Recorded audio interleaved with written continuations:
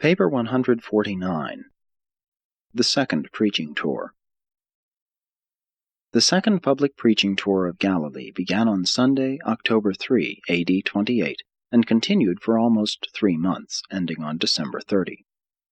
Participating in this effort were Jesus and his 12 apostles, assisted by the newly recruited corps of 117 evangelists, and by numerous other interested persons. On this tour they visited Gadara, Ptolemais, Japhia, Dabarita, Megiddo, Jezreel, Scythopolis, Tarichaea, Hippos, Gamala, Bethsaida Julius, and many other cities and villages. Before the departure on this Sunday morning, Andrew and Peter asked Jesus to give the final charge to the new evangelists, but the Master declined, saying that it was not his province to do those things which others could acceptably perform. After due deliberation, it was decided that James Zebedee should administer the charge. At the conclusion of James's remarks, Jesus said to the evangelists, "Go now forth to do the work as you have been charged, and later on, when you have shown yourselves competent and faithful, I will ordain you to preach the gospel of the kingdom." On this tour, only James and John traveled with Jesus. Peter and the other apostles each took with them about 12 of the evangelists, and maintained close contact with them while they carried on their work of preaching and teaching. As fast as believers were ready to enter the kingdom, the apostles would administer baptism. Jesus and his 2 companions traveled extensively during these 3 months, often visiting 2 cities in one day to observe the work of the evangelists, and to encourage them in their efforts to establish the kingdom. This entire second preaching tour was principally an effort to afford practical experience for this corps of 117 newly trained evangelists. Throughout this period and subsequently, up to the time of the final departure of Jesus and the 12 for Jerusalem, David Zebedee maintained a permanent headquarters for the work of the kingdom in his father's house at Bethsaida. This was the clearinghouse for Jesus' work on earth, and the relay station for the messenger service which David carried on between the workers in various parts of Palestine and adjacent regions. He did all of this on his own initiative, but with the approval of Andrew. David employed 40 to 50 messengers in this intelligence division of the rapidly enlarging and extending work of the kingdom. While thus employed, he partially supported himself by spending some of his time at his old work of fishing. 1. The widespread fame of Jesus. By the time the camp at Bethsaida had been broken up, the fame of Jesus, particularly as a healer, had spread to all parts of Palestine and through all of Syria and the surrounding countries. For weeks after they left Bethsaida, the sick continued to arrive, and when they did not find the Master, on learning from David where he was, they would go in search of him. On this tour, Jesus did not deliberately perform any so-called miracles of healing. Nevertheless, scores of afflicted found restoration of health and happiness as a result of the reconstructive power of the intense faith which impelled them to seek for healing. There began to appear about the time of this mission, and continued throughout the remainder of Jesus' life on earth, a peculiar and unexplained series of healing phenomena. In the course of this 3 months' tour, more than 100 men, women, and children from Judea, Idumea, Galilee, Syria, Tyre, and Sidon, and from beyond the Jordan, were beneficiaries of this unconscious healing by Jesus and, returning to their homes, added to the enlargement of Jesus' fame. And they did this notwithstanding that Jesus would, every time he observed one of these cases of spontaneous healing, directly charge the beneficiary to tell no man. It was never revealed to us just what occurred in these cases of spontaneous or unconscious healing. The Master never explained to his apostles how these healings were effected, other than that on several occasions he merely said, "I perceive that power has gone forth from me." On one occasion he remarked when touched by an ailing child, "I perceive that life has gone forth from me." In the absence of direct word from the Master regarding the nature of these cases of spontaneous healing, it would be presuming on our part to undertake to explain how they were accomplished, but it will be permissible to record our opinion of all such healing phenomena. We believe that many of these apparent miracles of healing, as they occurred in the course of Jesus' earth ministry, were the result of the coexistence of the following 3 powerful, potent, and associated influences. 1. The presence of strong, dominant, and living faith in the heart of the human being who persistently sought healing, together with the fact that such healing was desired for its spiritual benefits rather than for purely physical restoration. 2. The existence, concomitant with such human faith, of the great sympathy and compassion of the incarnated and mercy-dominated Creator Son of God, who actually possessed in his person almost unlimited and timeless creative healing powers and prerogatives. 3. Along with the faith of the creature and the life of the Creator, it should also be noted that this God-man was the personified expression of the Father's will. If, in the contact of the human need and the divine power to meet it, the Father did not will otherwise, the two became one, and the healing occurred unconsciously to the human Jesus, but was immediately recognized by his divine nature. The explanation, then, of many of these cases of healing must be found in a great law which has long been known to us, namely, what the Creator Son desires and the Eternal Father wills is. It is, then, our opinion that, in the personal presence of Jesus, certain forms of profound human faith were literally and truly compelling in the manifestation of healing by certain creative forces and personalities of the universe, who were at that time so intimately associated with the Son of Man. It therefore becomes a fact of record that Jesus did frequently suffer men to heal themselves in his presence by their powerful, personal faith. Many others sought healing for wholly selfish purposes. A rich widow of Tyre, with her retinue, came seeking to be healed of her infirmities, which were many, and as she followed Jesus about through Galilee, she continued to offer more and more money, as if the power of God were something to be purchased by the highest bidder. But never would she become interested in the gospel of the kingdom. It was only the cure of her physical ailments that she sought. 2. Attitude of the people. Jesus understood the minds of men.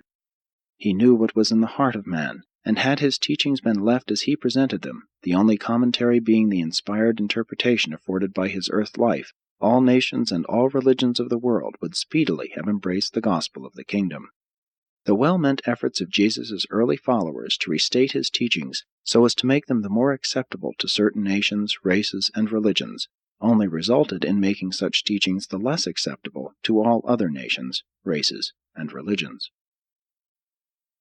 The Apostle Paul, in his efforts to bring the teachings of Jesus to the favorable notice of certain groups in his day, wrote many letters of instruction and admonition. Other teachers of Jesus' gospel did likewise, but none of them realized that some of these writings would subsequently be brought together by those who would set them forth as the embodiment of the teachings of Jesus. And so, while so-called Christianity does contain more of the Master's gospel than any other religion, it does also contain much that Jesus did not teach. Aside from the incorporation of many teachings from the Persian mysteries and much of the Greek philosophy into early Christianity, two great mistakes were made. 1. The effort to connect the gospel teaching directly onto the Jewish theology, as illustrated by the Christian doctrines of the atonement, the teaching that Jesus was the sacrificed Son who would satisfy the Father's stern justice and appease the divine wrath. These teachings originated in a praiseworthy effort to make the gospel of the kingdom more acceptable to disbelieving Jews. Though these efforts failed as far as winning the Jews was concerned, they did not fail to confuse and alienate many honest souls in all subsequent generations. 2. The second great blunder of the Master's early followers, and one which all subsequent generations have persisted in perpetuating, was to organize the Christian teaching so completely about the person of Jesus. This overemphasis of the personality of Jesus in the theology of Christianity has worked to obscure his teachings, and all of this has made it increasingly difficult for Jews, Mohammedans, Hindus, and other Eastern religionists to accept the teaching of Jesus. We would not belittle the place of the person of Jesus in a religion which might bear his name, but we would not permit such consideration to eclipse his inspired life or to supplant his saving message, the fatherhood of God and the brotherhood of man. The teachers of the religion of Jesus should approach other religions with the recognition of the truths which are held in common, many of which come directly or indirectly from Jesus' message, while they refrain from placing so much emphasis on the differences.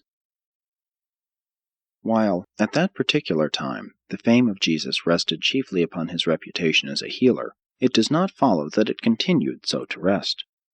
As time passed, more and more he was sought for spiritual help, but it was the physical cures that made the most direct and immediate appeal to the common people. Jesus was increasingly sought by the victims of moral enslavement and mental harassments, and he invariably taught them the way of deliverance.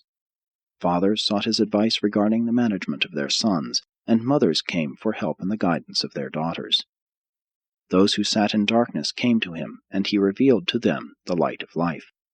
His ear was ever open to the sorrows of mankind, and he always helped those who sought his ministry.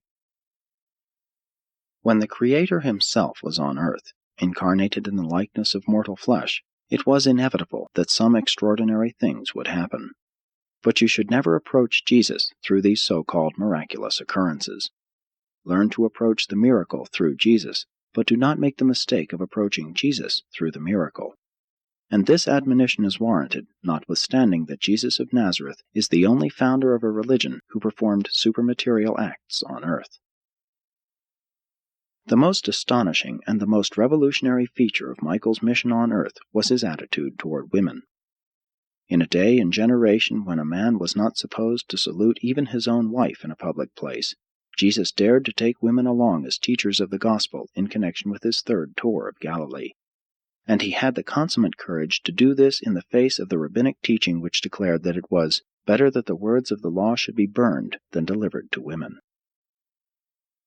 In one generation, Jesus lifted women out of the disrespectful oblivion and the slavish drudgery of the ages. And it is the one shameful thing about the religion that presumed to take Jesus' name, that it lacked the moral courage to follow this noble example in its subsequent attitude toward women. As Jesus mingled with the people, they found him entirely free from the superstitions of that day. He was free from religious prejudices. He was never intolerant. He had nothing in his heart resembling social antagonism. While he complied with the good in the religion of his fathers, he did not hesitate to disregard man-made traditions of superstition and bondage. He dared to teach that catastrophes of nature, accidents of time, and other calamitous happenings are not visitations of divine judgments or mysterious dispensations of providence. He denounced slavish devotion to meaningless ceremonials and exposed the fallacy of materialistic worship. He boldly proclaimed man's spiritual freedom and dared to teach that mortals of the flesh are indeed and in truth sons of the living God. Jesus transcended all the teachings of his forebears when he boldly substituted clean hearts for clean hands as the mark of true religion. He put reality in the place of tradition and swept aside all pretensions of vanity and hypocrisy. And yet this fearless man of God did not give vent to destructive criticism or manifest an utter disregard of the religious, social, economic, and political usages of his day. He was not a militant revolutionist. He was a progressive evolutionist. He engaged in the destruction of that which was, only when he simultaneously offered his fellows the superior thing which ought to be.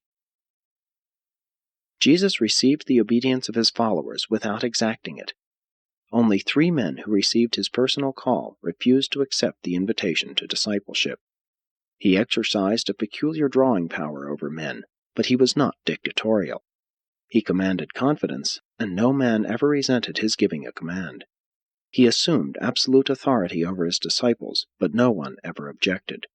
He permitted his followers to call him Master. The Master was admired by all who met him, except those who entertained deep-seated religious prejudices, or those who thought they discerned political dangers in his teachings. Men were astonished at the originality and authoritativeness of his teaching. They marveled at his patience in dealing with backward and troublesome inquirers. He inspired hope and confidence in the hearts of all who came under his ministry. Only those who had not met him feared him, and he was hated only by those who regarded him as the champion of that truth which was destined to overthrow the evil and error which they had determined to hold in their hearts at all cost. On both friends and foes he exercised a strong and peculiarly fascinating influence. Multitudes would follow him for weeks just to hear his gracious words and behold his simple life. Devoted men and women loved Jesus with a well-nigh superhuman affection, and the better they knew him, the more they loved him. And all this is still true, even today and in all future ages, The more man comes to know this God-man, the more he will love and follow after him. 3. Hostility of the religious leaders. Notwithstanding the favorable reception of Jesus and his teachings by the common people, the religious leaders at Jerusalem became increasingly alarmed and antagonistic. The Pharisees had formulated a systematic and dogmatic theology. Jesus was a teacher who taught as the occasion served. He was not a systematic teacher. Jesus taught not so much from the law as from life, by parables. And when he employed a parable for illustrating his message, he designed to utilize just one feature of the story for that purpose. Many wrong ideas concerning the teachings of Jesus may be secured by attempting to make allegories out of his parables. The religious leaders at Jerusalem were becoming well-nigh frantic as a result of the recent conversion of young Abraham, and by the desertion of the 3 spies who had been baptized by Peter, and who were now out with the evangelists on this second preaching tour of Galilee.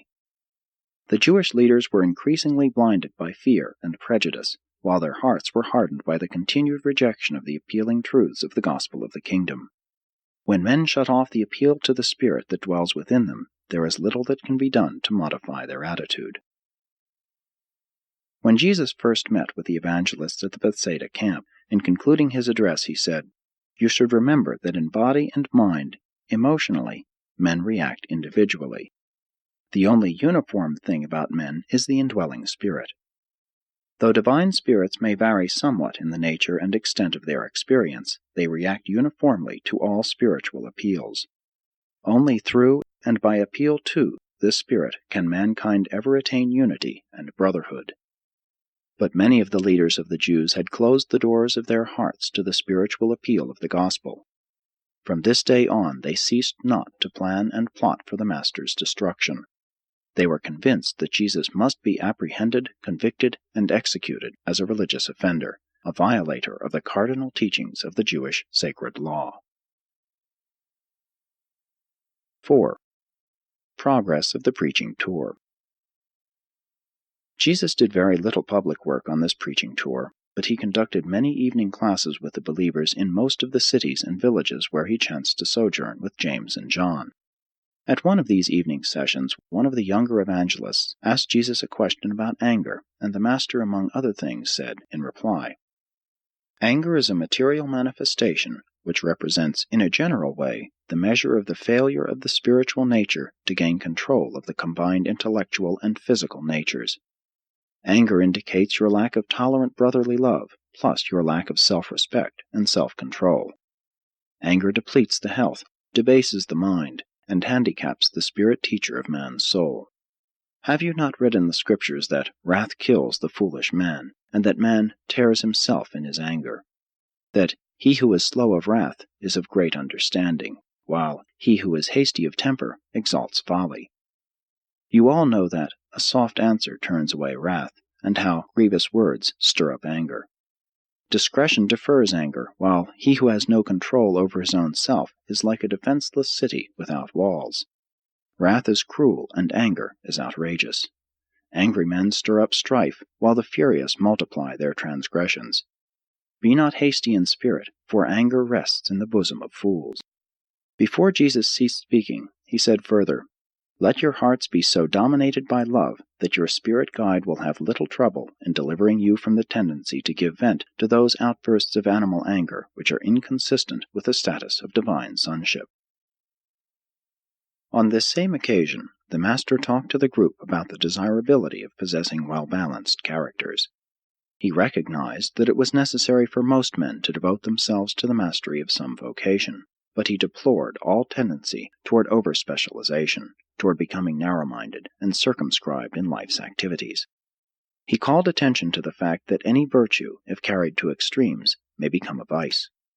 Jesus always preached temperance and taught consistency, proportionate adjustment of life problems. He pointed out that overmuch sympathy and pity may degenerate into serious emotional instability, that enthusiasm may drive on into fanaticism. He discussed one of their former associates whose imagination had led him off into visionary and impractical undertakings. At the same time, he warned them against the dangers of the dullness of over-conservative mediocrity. And then Jesus discoursed on the dangers of courage and faith, how they sometimes lead unthinking souls on to recklessness and presumption. He also showed how prudence and discretion, when carried too far, lead to cowardice and failure. He exhorted his hearers to strive for originality, while they shunned all tendency toward eccentricity. He pleaded for sympathy without sentimentality, piety without sanctimoniousness. He taught reverence free from fear and superstition. It was not so much what Jesus taught about the balanced character that impressed his associates, as the fact that his own life was such an eloquent exemplification of his teaching. He lived in the midst of stress and storm, but he never wavered. His enemies continually laid snares for him, but they never entrapped him. The wise and learned endeavored to trip him, but he did not stumble. They sought to embroil him in debate, but his answers were always enlightening, dignified, and final. When he was interrupted in his discourses with multitudinous questions, his answers were always significant and conclusive. Never did he resort to ignoble tactics in meeting the continuous pressure of his enemies, who did not hesitate to employ every sort of false, unfair, and unrighteous mode of attack upon him. While it is true that many men and women must assiduously apply themselves to some definite pursuit as a livelihood vocation, it is nevertheless wholly desirable that human beings should cultivate a wide range of cultural familiarity with life as it is lived on earth. Truly educated persons are not satisfied with remaining in ignorance of the lives and doings of their fellows. 5. Lesson regarding contentment. When Jesus was visiting the group of evangelists working under the supervision of Simon Zelotes, during their evening conference, Simon asked the Master, "Why are some persons so much more happy and contented than others? Is contentment a matter of religious experience?" Among other things, Jesus said in answer to Simon's question, "Simon, some persons are naturally more happy than others. Much, very much, depends upon the willingness of man to be led and directed by the Father's Spirit which lives within him. Have you not read in the Scriptures the words of the wise man, 'The spirit of man is the candle of the Lord, searching all the inward parts,' and also that such spirit-led mortals say, 'The lines are fallen to me in pleasant places, yes, I have a goodly heritage.' A little that a righteous man has is better than the riches of many wicked, for a good man shall be satisfied from within himself. A merry heart makes a cheerful countenance, and is a continual feast. Better is a little with the reverence of the Lord than great treasure and trouble therewith. Better is a dinner of herbs where love is than a fatted ox and hatred therewith. Better is a little with righteousness than great revenues without rectitude. A merry heart does good like a medicine. Better is a handful with composure than a superabundance with sorrow and vexation of spirit." Much of man's sorrow is born of the disappointment of his ambitions and the wounding of his pride. Although men owe a duty to themselves to make the best of their lives on earth, having thus sincerely exerted themselves, they should cheerfully accept their lot and exercise ingenuity in making the most of that which has fallen into their hands. All too many of men's troubles take origin in the fierce soil of his own natural heart. The wicked flee when no man pursues. The wicked are like the troubled sea, for it cannot rest, but its waters cast up mire and dirt. There is no peace, says God, for the wicked. Seek not, then, for false peace and transient joy, but rather for the assurance of faith and the sureties of divine sonship which yield composure, contentment, and supreme joy in the Spirit. Jesus hardly regarded this world as a vale of tears. He rather looked upon it as the birth sphere of the eternal and immortal spirits of paradise ascension, the vale of soul-making. 6. The fear of the Lord. It was at Gamala, during the evening conference, that Philip said to Jesus, "Master, why is it that the Scriptures instruct us to fear the Lord, while you would have us look to the Father in heaven without fear? How are we to harmonize these teachings?" And Jesus replied to Philip, saying, "My children, I am not surprised that you ask such questions. In the beginning it was only through fear that man could learn reverence, but I have come to reveal the Father's love, so that you will be attracted to the worship of the Eternal by the drawing of a Son's affectionate recognition and reciprocation of the Father's profound and perfect love. I would deliver you from the bondage of driving yourselves through slavish fear to the irksome service of a jealous and wrathful King God. I would instruct you in the Father-Son relationship of God and man, so that you may be joyfully led into that sublime and supernal free worship of a loving, just, and merciful Father God. The fear of the Lord has had different meanings in the successive ages, coming up from fear through anguish and dread to awe and reverence. And now from reverence I would lead you up through recognition, realization, and appreciation to love. When man recognizes only the works of God, he is led to fear the Supreme. But when man begins to understand and experience the personality and character of the living God, he is led increasingly to love such a good and perfect, universal and eternal Father. And it is just this changing of the relation of man to God that constitutes the mission of the Son of Man on earth.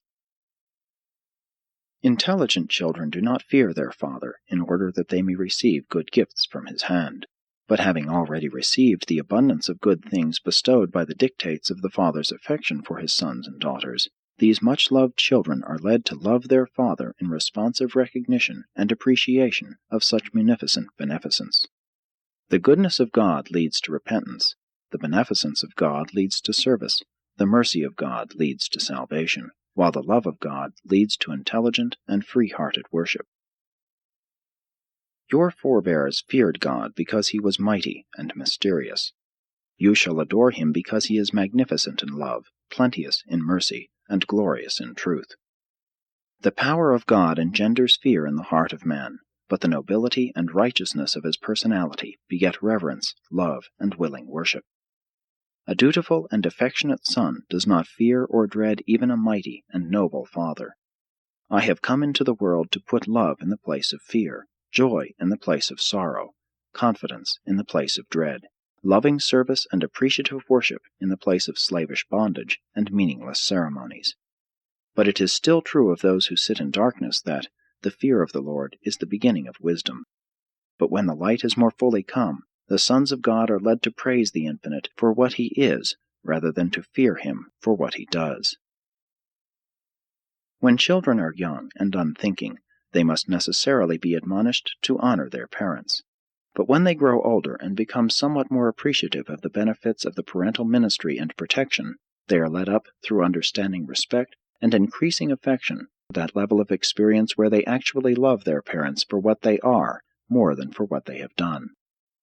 The father naturally loves his child, but the child must develop his love for the father from the fear of what the father can do, through awe, dread, dependence, and reverence, to the appreciative and affectionate regard of love.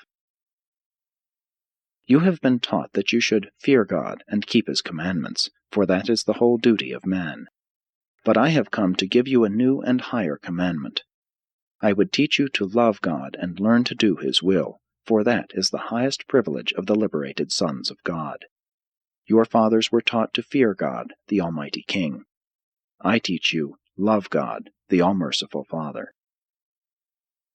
In the kingdom of heaven, which I have come to declare, there is no high and mighty king. This kingdom is a divine family. The universally recognized and unreservedly worshipped center and head of this far-flung brotherhood of intelligent beings is my Father and your Father. I am his son, and you are also his sons. Therefore it is eternally true that you and I are brethren in the heavenly estate, and all the more so since we have become brethren in the flesh of the earthly estate. Cease then to fear God as a king or serve him as a master.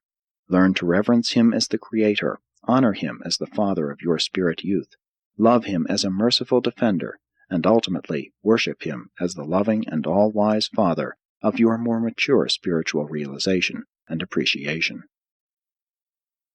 Out of your wrong concepts of the Father in heaven grow your false ideas of humility, and springs much of your hypocrisy.